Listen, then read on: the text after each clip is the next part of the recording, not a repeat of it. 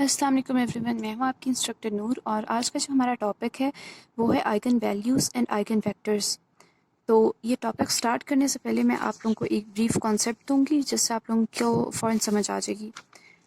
अब let's suppose कि हमारे पास एक मैट्रिक्स है ए, ठीक है, उसकी वैल्यू है 1 1 1 1 एंड हमारे पास एक वेक्टर है एक्स, ओके, और उसकी हमारे पास वैल्यू है 2 एंड 2, ओके।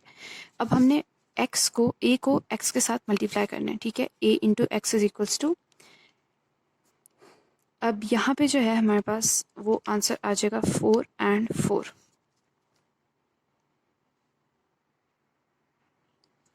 इसका मतलब ये हुआ कि ए एक्स हमारे पास एक नया वेक्टर आ गया, ठीक है।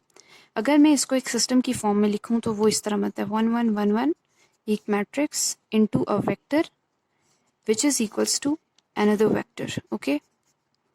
लेट्स सपोज कि हम इस मैट्रिक्स को ए का नाम दे रहे हैं, इस वेक्टर को हम एक्स का नाम दे रहे हैं, इस रिजल्टिंग वेक्टर को हम बी का नाम दे रहे हैं, ओके। अब जो है फॉर एग्जांपल हमें यही सेम फॉर्म चाहिए हो। फॉर एग्जांपल हमारे पास एक मैट्रिक्स है ए, ठीक है, और हमारे पास एक और यहाँ पे एक वेक्टर है और यहाँ पे भी एक वेक्टर है।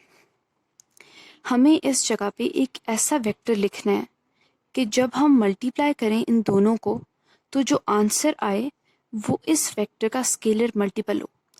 स्केलर मल्टीपल क्या होता है कि फॉर एग्जांपल हम यहाँ पे ये कह सकते हैं कि अगर हम इस वेक्टर को इस फॉर्म में लिखते हैं 2 इंटू 2 एंड 2, ओके, तो बेसिकली ये वेक्टर या ये वेक्टर इसका स्केलर मल्टीपल है क्योंकि हमने इसमें से एक कॉमन स्केलर निकाला और ये इससे मल्टीप्लाई हो रहा है और रिजल्टिंग मैट्रिक्स एक और आ रहा है हमारे पास, ठीक हो गया। फॉर एग्जांपल यहाँ पे भी हम चाहते हों कि जो वेक्टर हम यहाँ पे लिखें हमारे पास रिजल्टिंग वेक्टर में भी इसी वेक्टर का एक स्केलर मल्टीपल आ जाए, और उसकी एग्जांपल ये है, यही मैट्रिक्स जो मैंने ऊपर लिखे हैं, ठीक है। अगर आप इस 4 और 4 को, ये जो वेक्टर है हमारे पास, ठीक है, इसको अगर आप इस तरह से लिखते हैं तो कोई हर्ज नहीं है क्योंकि 2 2 ज़ार 4 2 2 ज़ार 4। इस फॉर्म में हमें ये देखने को मिला कि ये जो वेक्टर x हमने लिखा, ठीक हो गया, जो रिजल्टिंग वेक्टर हमारे पास आया वो स्केलर मल्टीपल था x का, ठीक हो गया। अब हमारे पास एक है यहाँ पे वेक्टर, ये x और x, ये दोनों वेक्टर्स तो सेम है और हमें सेम ही चाहिए, और यहाँ पे एक है स्केलर जो कि मल्टीप्लाई हो रहा है रिजल्टिंग वेक्टर से। इस स्पेसिफिक वैल्यू को हम कहते हैं आइगन वैल्यू और इसको हम लैम्डा से रिप्रेजेंट करते हैं, और इस स्पेसिफिक वेक्टर x को हम बोलते हैं आइगन या आइगन वेक्टर, ठीक हो गया, इसको हम बोलते हैं आइगन वेक्टर। इस वैल्यू को, आइगन वैल्यू को हम लैम्डा से ऑफन रिप्रेजेंट करते हैं। मैं दोबारा बता देती हूँ। फॉर एग्जांपल हमारे पास दो मैट्रिक्स हैं, एक मैट्रिक्स है और एक वेक्टर है। जब हमने उनको मल्टीप्लाई किया तो हमारे पास एक आंसर आया 4 4, ठीक है, एक और वेक्टर आ गया। फॉर एग्जांपल अब हमें इसको एक अलाइंड फॉर्म में लिखना है तो हम इसको एक इक्वेशन जो है उसकी फॉर्म में लिखेंगे, ठीक है। यहाँ पे हमने ए लिखा, यहाँ पे हमने एक्स लिखा, यहाँ पे हमने रिजल्टिंग मैट्रिक्स लिखा। हमने देखा कि हम इस रिजल्टिंग मैट्रिक्स को as a multiple of this भी लिख सकते हैं, यहाँ पे हमने लिख लिया। अब हमारे पास नतीजा क्या निकला कि एक वेक्टर है ए जो एक और वेक्टर एक्स से मल्टीप्लाई हो रहा है, और जो रिजल्टिंग वेक्टर आ रहा है वो स्केलर मल्टीपल है एक्स का, ये दोनों सेम है। अब हमने क्या कहा कि जो एक्स मैट्रिक्स है, एक्स वेक्टर है, इसको हम कहेंगे आइगन वेक्टर, एंड ये जो हमारे पास 2 है इसको हम कहेंगे आइगन वैल्यू, ओके। अब हम अपने टॉपिक की तरफ आते हैं यहाँ पे। तो let A be an n by n matrix, the number lambda is an eigenvalue of A if there exists a non-zero vector in Rn such that this। अब ये इक्वेशन सिमिलर है उसके जो मैंने आप लोगों को कराया कि यहाँ पे देखें, हमने देखा कि A x is equals to lambda x, basically ये 2x था, लेकिन हम इस 2 को डिनोट करते हैं, इसको हम आइगन वैल्यू कह रहे हैं जिसको हम डिनोट करते हैं लेमडा से, तो हमारे पास यही इक्वेशन बनती है। तो फाइनली एक्स वेक्टर को हम कहते हैं आइगन वेक्टर और लेमडा को हम कहते हैं आइगन वैल्यू, ठीक है। Where x is called as eigen vector of A associated with eigen value of lambda. Okay, so for example हमारे पास एक मैट्रिक्स है ए, ये हमारे पास एक मैट्रिक्स आ गया और एक वेक्टर है एक्स। हमने इन दोनों को आपस में मल्टीप्लाई किया और हमारे पास इसका जो रिजल्ट आया वो आया 1/2। 1/2 को अगर हम कॉमन ले लें तो ये बनता है 1/1। अब देखा जाए तो ये फिर अगेन वही इक्वेशन बन रही है जो हमने पढ़ी है, A X is equals to lambda X. ये ए है मैट्रिक्स, एक्स है वेक्टर एंड लेमडा है आइगन वैल्यू एंड एक्स है आइगन वेक्टर, ये भी आइगन वेक्टर, ये दोनों सेम है।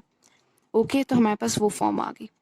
अब हमने देखा कि इस मैट्रिक्स की एक आइगन वैल्यू तो हमारे पास ये आ गई है, ठीक है, और एक आइगन वेक्टर हमारे पास ये आ गया।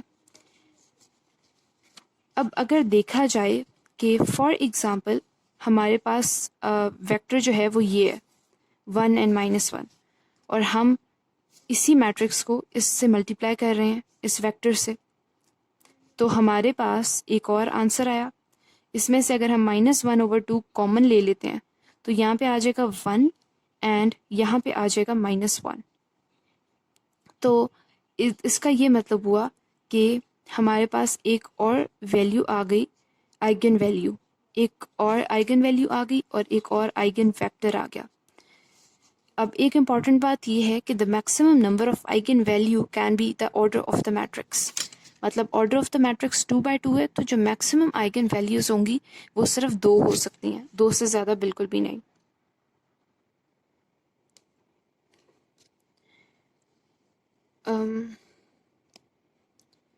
सॉरी बाय मिस्टेक, यहाँ पे बेसिकली माइनस आना था और यहाँ पे प्लस आना था। तो जब हमने -1/2 को कॉमन लिया तो हमारे पास एक वेक्टर आ गया 1 -1, जो कि बेसिकली इस वेक्टर का स्केलर मल्टीपल है, इस वेक्टर का। इसका मतलब ये कि हमारे पास एक और आइगन वेक्टर आ गया और एक और आइगन वैल्यू आ गई। एक वैल्यू हमारे पास 1/2 आई, एक आई -1/2 और ये आइगन वेक्टर्स की भी हमारे पास 2 वेक्टर्स आ गए। आइगन वेक्टर्स जो हैं वो काफ़ी ज़्यादा हो सकते हैं। वो इसलिए ज़्यादा हो सकते हैं क्योंकि अब हमें तो eigen vector basically scalar multiple चाहिए ना, तो वो तो जितने मर्जी हो सकते हैं, बट आइगन वैल्यूज़ जो हैं वो हमारे पास चंद एक ही हो सकती हैं। चंद एक से मुराद है कि 2 से कम हो सकती हैं, बट जो maximum number of eigen values है हमारे पास वो सिर्फ 2 हो सकती हैं, क्योंकि इस मैट्रिक्स की डायमेंशन जो है वो 2 है। अगर इस 2/2 है। अगर इस मैट्रिक्स की डायमेंशन जो है वो 3/3 होती, ठीक है, डायमेंशन नहीं, order, I mean order of matrix जो है वो 3/3 होता, तो हमारे पास जो है वो आइगन वैल्यूज़ का नंबर 3 होता। अगर हमारे पास 4/4 मैट्रिक्स होता तो हमारे पास नंबर ऑफ आइगन वैल्यूज़ 4 हो सकती थी, मैक्सिमम 4 या 4 से कम। तो ये था आज का टॉपिक जिसमें हमने कवर किया eigen values and eigen factors. I hope आप लोगों को अच्छा लगा होगा। अगर अच्छा लगा तो मेरी वीडियो को लाइक करें और चैनल को सब्सक्राइब करें। Thank you.